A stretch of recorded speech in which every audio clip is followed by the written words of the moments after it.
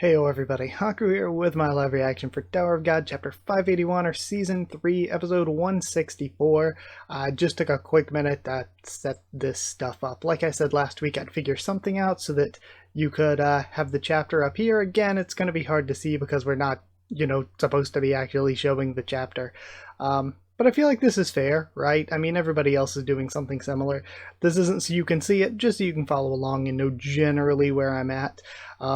It's 9 o'clock now. I've been sitting and hitting refresh for the past couple of minutes, waiting for the chapter to be out. So yeah, I'm super excited. I don't really think there's anything from last chapter to really go into a big discussion about. I'm excited to see Yama and his group again, so I do want to see more of that. Something that the past couple of weeks we have been doing as the chapters have come out on the Discord server is I've been going through and looking at the Korean version of the chapter for any new names and seeing like what the name translations look like, because I don't have any Korean vocabulary, or I have very, very little, but I can at least read Hangul, so I'm like looking at how the names are translated. And nothing really super crazy interesting, I guess, from the past few weeks. Hugo is Wego, but it looks like that's the way that Korean people translate Hugo into Korean.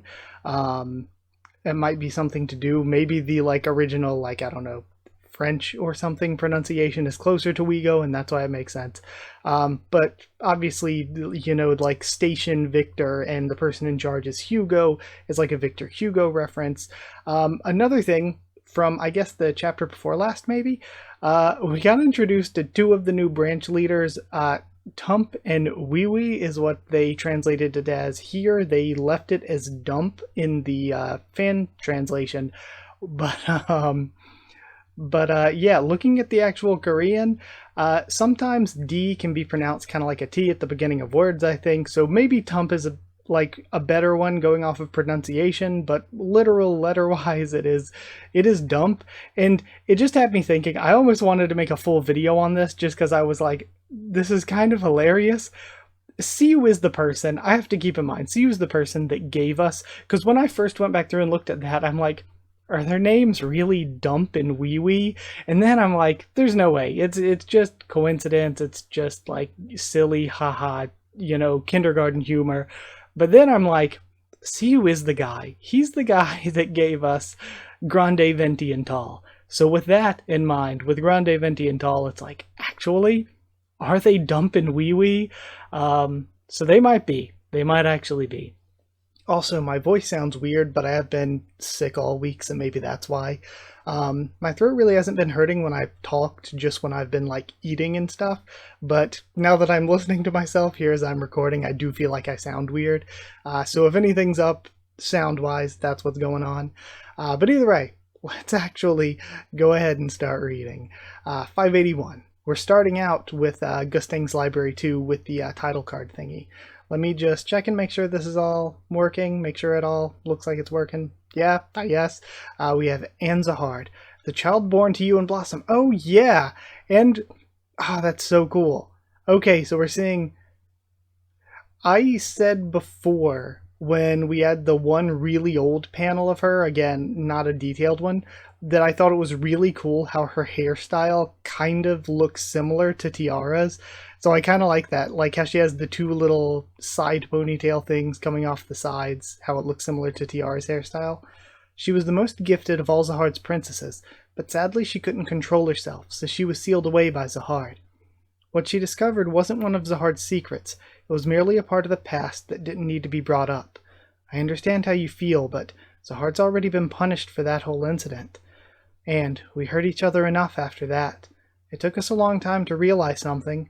The only thing we need to worry about is maintaining our relationship. Then we decided to draw a line between us and everyone else. That's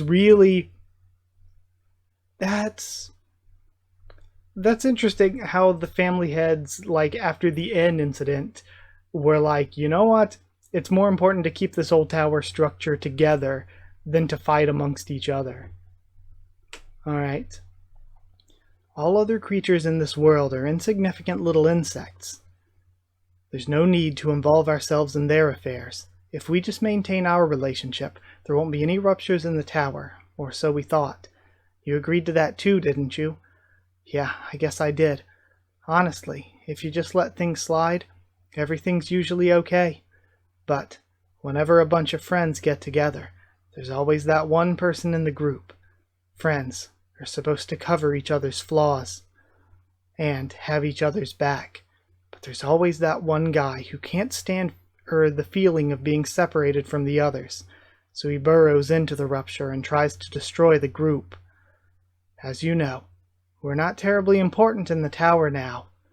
We've been at a standstill for far too long, ever since that day.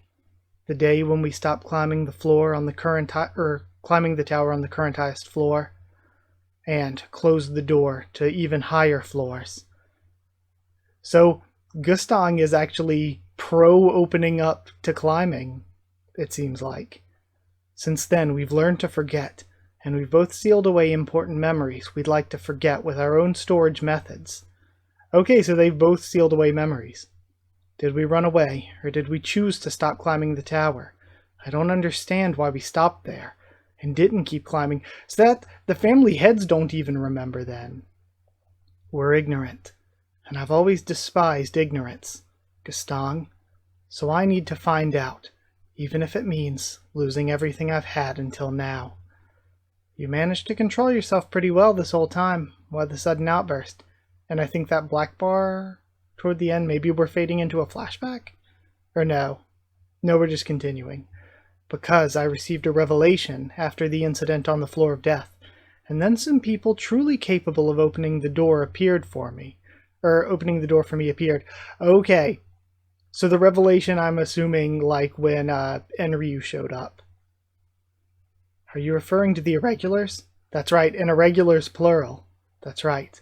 I see. So that's why you wanted the irregulars. So this could be something where even Rachel's coming into play. You're trying to kill us. And he summons his Shinwan Ryu again. Traumerei. Death isn't optional. It's inevitable. Do you know what this is? And he has the Fitbit. The Fitbit. I guess that Fitbits are kind of like, out of style. I guess at the time that reference made sense, but now it's kind of dated. I guess now it's what, the Apple Watch? He's got the Apple Watch. No, what is it? The irregulars, found it on the hidden floor. The hidden floor. I figured out a few things about it, but I still don't know exactly how to use it. What I do know, sorry, it's funny thinking of it as an Apple Watch and then like the context of this sentence. What I do know is that it connects us to the things we were afraid of while climbing the tower, and it has the power to destroy both Zahard and the 10 family heads. I'm giving this tool of destruction to the vermin. I have no idea whether or not they'll be able to lead us to destruction. I'm gonna summon you to an important place, but I'm still not sure whether I can kill you there or not. Because as I said earlier, I'm ignorant. But like you, I know where my memories of that time are as well. And all the bookshelves start opening up on his library. I've decided to retrieve my memories from that book.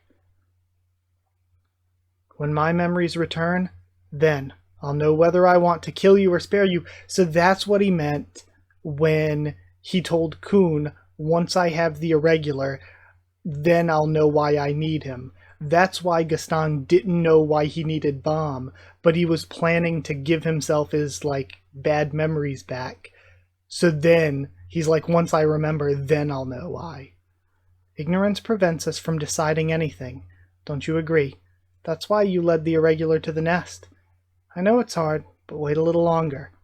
Just until that book with those memories returns to the empty place in my library. And we see the empty spot. And that must be the book that Hugo has. Or I guess Hugo is in charge of Victor, but not the actual, fake city. I guess the book's in the fake city. You still have that same way of pissing me off. You choose where we meet, and when we meet. Why should I do as you say and wait for you? You said you want to kill me. Do you really think I'll just stand back and do nothing, with you standing right there? This is why you keep getting rejected, you fool. Ouch, you hit me right where it hurts, and the books start coming off the shelves. Why don't I just bury you in books? Unlimited bookworks? Alright. Like Zexion wishes he was him. Oh, this place.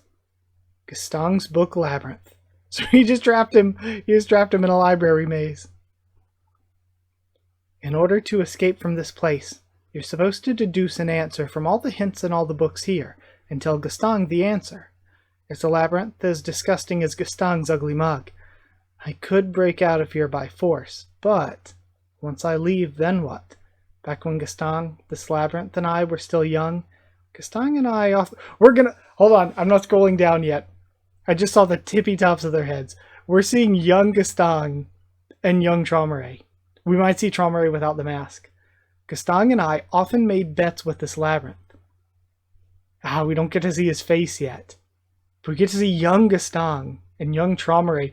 And we even have, oh my god, we have little, I'm assuming the Fandor Harp, Kraken, and Cobalt. Whenever the animals and I figured out the answer to his questions, Gastong made the labyrinth even bigger, and he told me to answer his questions within a certain time limit. This is crazy. So this is before Cobalt became the deity after eating 10,000 snakes. Such arrogance. And we see the Kraken. Alright. I'll play along with his little game. Remember this? You're smart. You beat Gastong at this countless times. That used to make him so angry. Now, start reading. Find the answer, and Kraken starts grabbing all the books. Read for me. I can't read. The illiteracy arc.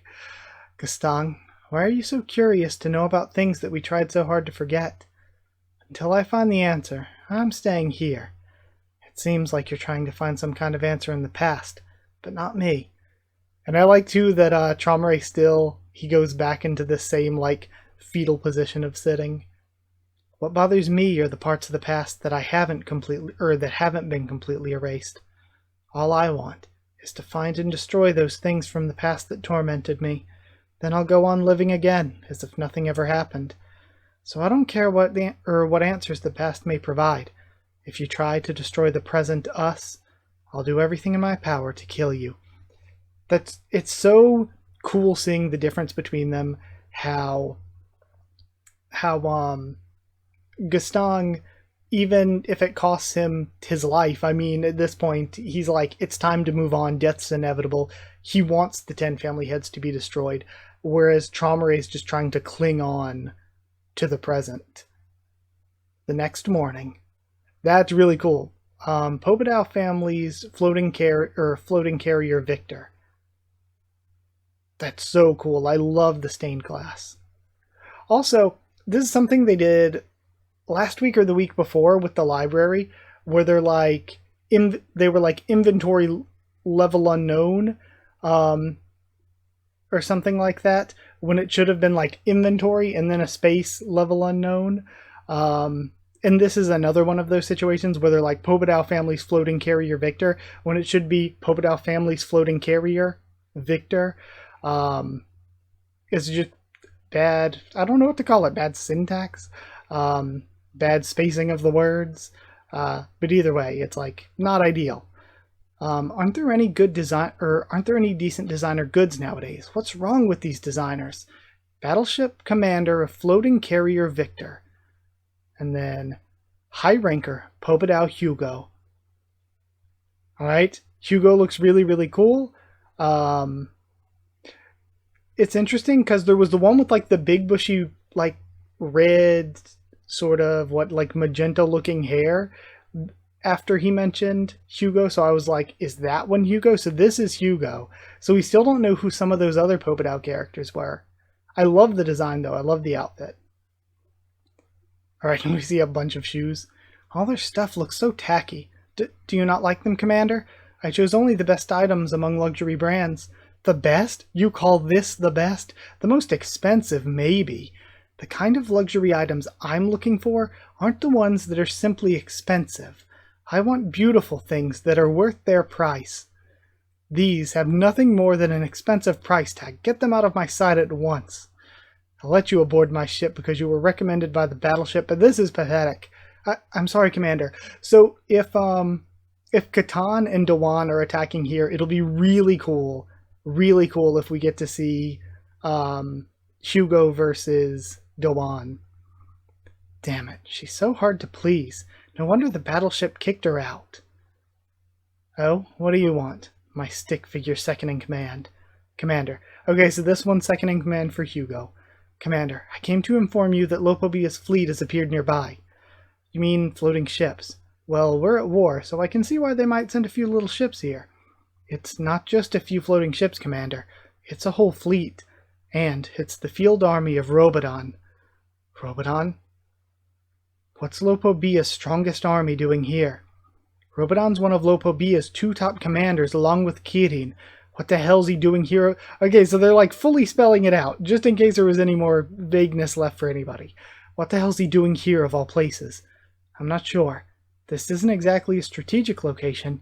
Maybe they maybe they got lost and ended up here by mistake.